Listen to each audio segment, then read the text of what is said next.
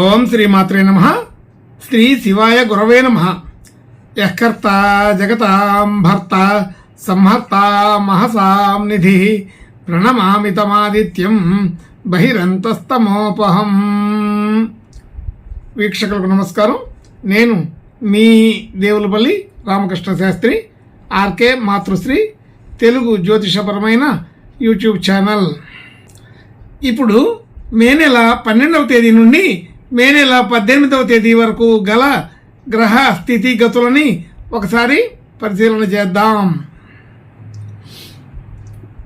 మేషరాశిలో రవి, బుధ, శుక్రగ్రహాలు, వృషభ రాశిలో గురుగ్రహం, అలాగే మిథున రాశిలో చంద్రగ్రహం, కన్యా రాశిలో కేతుగ్రహం, కుంభరాశిలో శనిగ్రహం, మీనరాశిలో కుజగ్రహం, రాహుగ్రహం సంచరిస్తున్నాయి.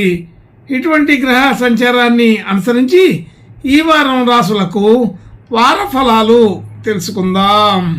ఓం శ్రీమాత్రే నమః.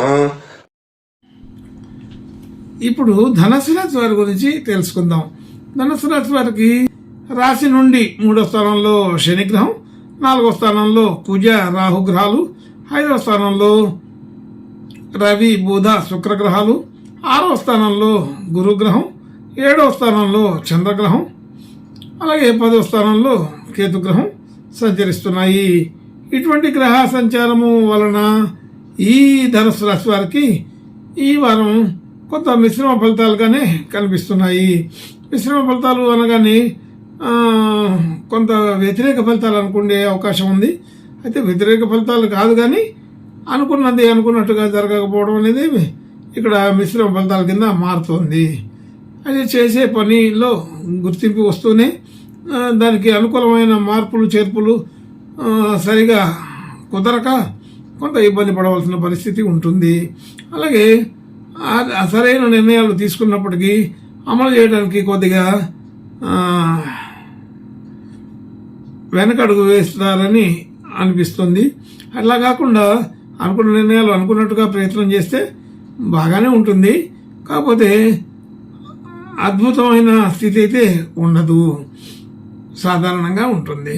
అంటే మనం ఎంతో కష్టపడి ఏదో ప్రత్యేకమైన పనిలాగా చేస్తే కూడా అది సాదా పని కిందనే మారిపోతుంది.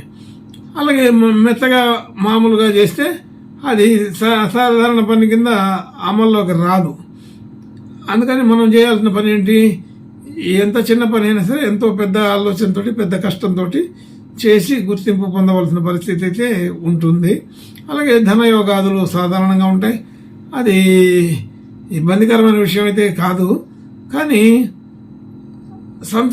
బాగా సంతృప్తి కలిగినటువంటి స్థితి అయితే కాదు. అలాగే కుటుంబ సభ్యులు, బంధుమిత్రులు అందరితో కూడా మంచి అనుకూలత ఉంటుంది. అది సాధారణ సఖ్యతగానే చెప్పుకోవాలి.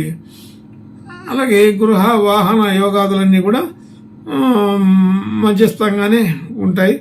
పెద్దగా అటువంటి విషయాల్లో ఆసక్తి పెట్టుకోకుండా ఉంటారు. సంతానం గురించి ఆలోచనలు బాగానే ఉంటాయి.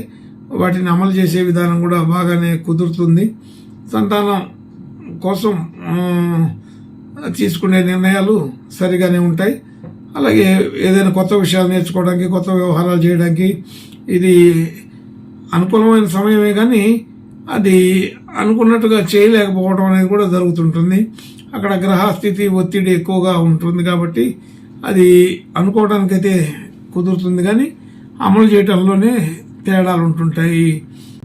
అలాగే పోటీ వ్యవహారాల్లో నెగ్గుకొస్తారు. మరి శత్రు బాధ తగ్గుతుంది, రుణ బాధ తగ్గించుకోగలుగుతారు. ఆరోగ్య విషయంలో కూడా సాదాసీదాగానే ఉంటుంది, అంటే సమస్యల్ని తగ్గించుకోగలుగుతారు. భార్యాభర్తల మధ్య అనుకూలత బాగానే ఉంటుంది. అలాగే ఆర్థిక విషయాల్లో పెట్టుబడి పెట్టడం అలాంటిది అంత అనుకూలత కాదు. వ్యాపార లక్షణాలు కొంత తగ్గి ఉంటాయి. ఉద్యోగ సంబంధించిన విషయాల్లో మంచి అనుకూలత బాగానే ఉంటుంది. అది గురుబలం అనేది అనుకూలపడే పరిస్థితి బాగానే ఉంది.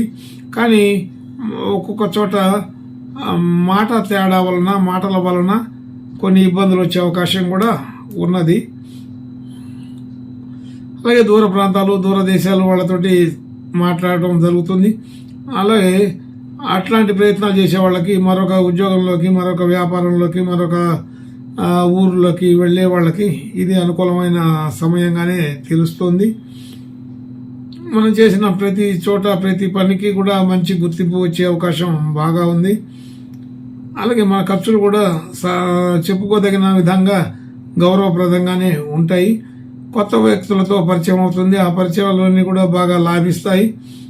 ఉపయోగపడే పద్ధతులన్నీ ఉంటాయి. కీర్తి గౌరవం పెరుగుతూ ఉంటుంది. అలాగే మన అనుకున్న మనుషులు మన చుట్టూ అనుకూలమైన స్థితిగతుల్ని కాపాడతారు. అలాగే మనం కూడా మరికొందరికి ఆదర్శంగా ఉండడానికి కోసం ప్రయత్నం చేసే అవకాశం ఉంది. ఉపాధ్యాయ వృత్తిలో ఉండే వాళ్ళకి ఇది బాగా అనుకూలమైన సమయంగానే ఉంటుంది. ఆర్థికపరమైన విషయాల్లోనే కొద్దిగా రాబడికి సరిపడా ఖర్చులు కూడా పెట్టవలసి వస్తుంటుంది. అనవసరమైన విషయాల్లో కలుగజేసుకునే అవకాశం ఈ రాశి వాళ్ళకి తక్కువగానే ఉంటుంది. అయినప్పటికీ కలుగజేసుకునే వాళ్ళకి కొన్ని ఇబ్బందులు కూడా ఉంటాయని చెప్పబడుతోంది. కాబట్టి ఈ వారం ఈ ధనుస్సు రాశి వాళ్ళు కొత్త కొత్త ప్రయత్నాలు ఏమి చేయకుండా ఉంటే హ్యాపీగా, సాధారణంగా ఉంటుంది. కొత్త ప్రయత్నాలు చేయాలి, కొత్తగా ఏదో మొత్తం మా సంస్థని, వ్యవస్థని అన్నిటినీ మార్చాలా అనుకుంటే కష్టం అవుతుంది.